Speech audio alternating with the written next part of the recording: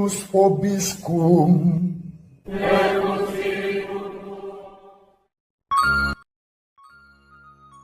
Sahabat peradaban kasih ekologis yang terkasih, selamat berjumpa dalam Renungan Harian bersama saya, Romo Alois Budi Purnomo PR, melalui channel ini.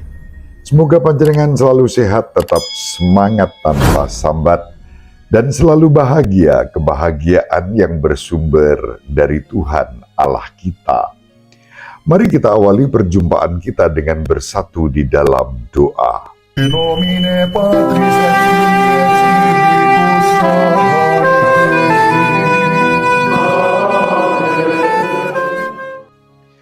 Allah Bapa yang Maha Pengasih dan Penyayang, Engkau telah mendengarkan seruan umat-Mu yang meminta pertolongan-Mu. Semoga Engkau senantiasa memperhatikan umat-Mu yang sungguh mengharapkan belas kasih dan kerahiman-Mu, agar kami semua dapat senantiasa hidup seturut dengan kehendak-Mu dalam Yesus Kristus Tuhan kami, yang hidup dan berkuasa bersama Dikau dalam persatuan Roh Kudus, Allah yang Maha Esa, sepanjang segala masa. Amin. In nomine Patris et Filii et Spiritus Sancti.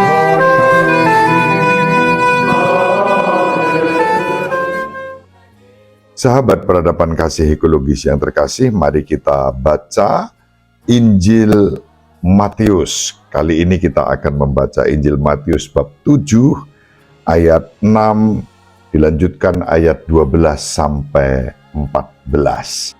Dalam khotbah di bukit, Yesus berkata, "Janganlah kamu memberikan barang yang kudus kepada anjing, dan janganlah kamu melemparkan mutiaramu kepada babi, supaya jangan diinjak-injak dengan kakinya, lalu babi itu berbalik mengoyak kamu.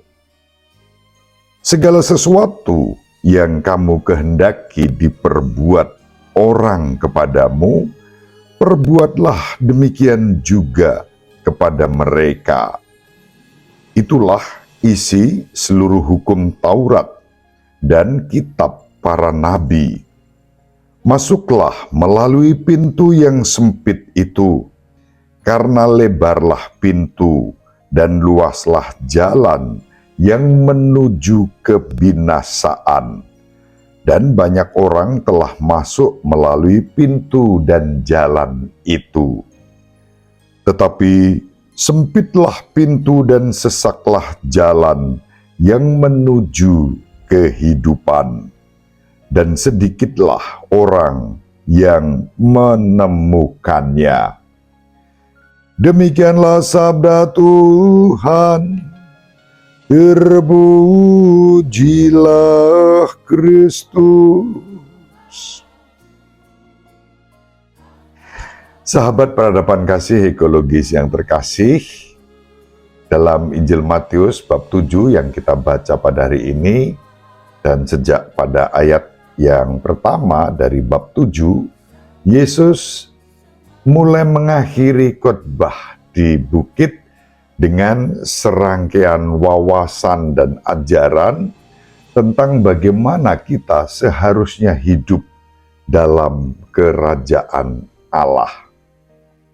Injil yang diberitakan dan kerajaan yang didirikan Yesus adalah suci dan bagaikan mutiara yang dipercayakan kepada kita.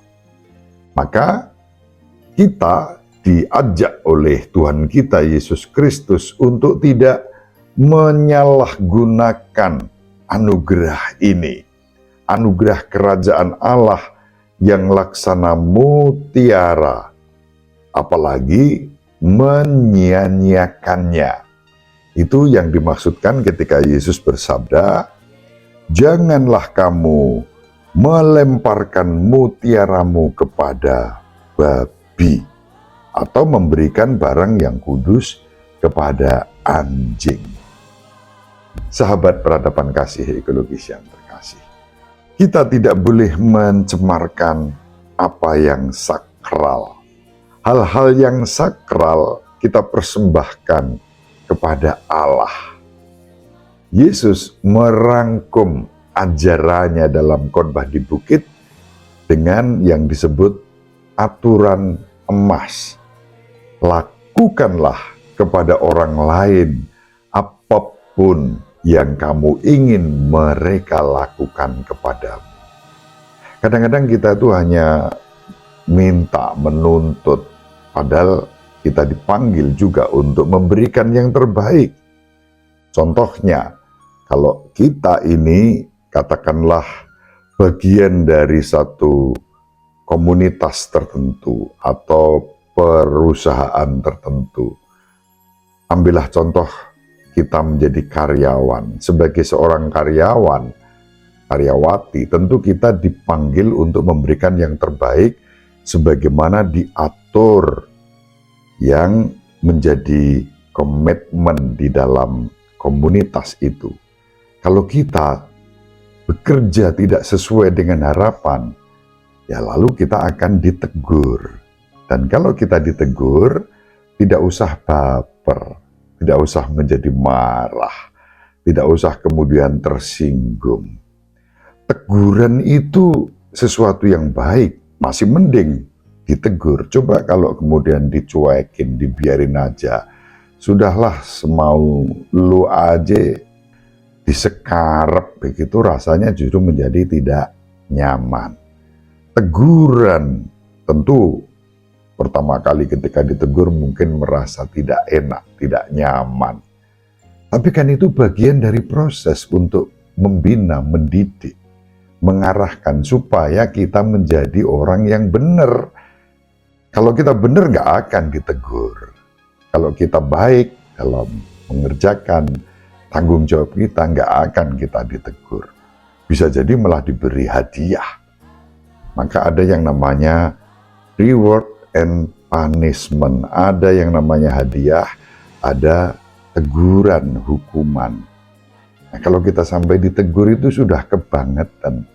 Apalagi kalau misalnya kekeliruan atau kesalahan dalam tanda kutip yang kita lakukan itu tidak hanya sekali dua kali tapi berkali-kali, maka diingatkan. Dalam arti ini kita diajak untuk terbuka. Jangan melemparkan yang kudus kepada anjing dan mutiara kepada babi. Kalau teguran kita itu laksana yang kudus dan mutiara kita berikan dan direspon dengan tidak baik, nah ayat ini berlaku. Kita bersikap dalam menerima teguran-teguran itu dengan nafsu-nafsu pribadi kita. Sifat-sifat hewani kita yang muncul, lalu menjadi marah, protes, berontak, tidak terima. Padahal memang seharusnya kita diberitahu, diingatkan. Kalau 1-2 kali diingatkan dengan halus, masih belum berubah, ya 3-4 kali ditegur dengan lebih keras. Nah, sekeras apapun teguran itu menjadi ungkapan cinta kasih. Itu yang sebetulnya dikehendaki Yesus dalam Injil pada hari ini. Maka pada akhirnya yang kita inginkan adalah cinta kasih. Berada dalam relasi penuh kasih dengan Tuhan, dengan sesama, dengan saudari-saudara kita. Sahabat peradaban kasih ekologis yang terkasih, kita ingin Tuhan dan sesama berbelas kasih pada kita. Tapi kita juga harus berbelas kasih pada orang lain. Jangan hanya menuntut aku harus dibeginikan, dibegitukan, tapi bahkan tanggung jawab kita pun tidak kita lakukan dengan baik. Sekali lagi ini pesan dari Injil yang diwartakan kepada kita pada hari ini. Kita diampuni kalau kita mengampuni. Kita menerima belas kasih kalau kita juga berbelas kasih. Kalau kita ingin agar orang lain jujur, setia, adil pada kita, ya kita sendiri juga harus jujur, setia, dan adil kepada orang lain, bahkan atas tanggung jawab kepercayaan yang diberikan kepada kita. Tidak hanya menuntut, tetapi tidak membuat sesuatu yang lebih. Sahabat peradaban kasih ekologis yang terkasih, kehidupan manusia sering digambarkan dalam Alkitab kita, dalam Injil, sebagai pilihan antara dua jalan.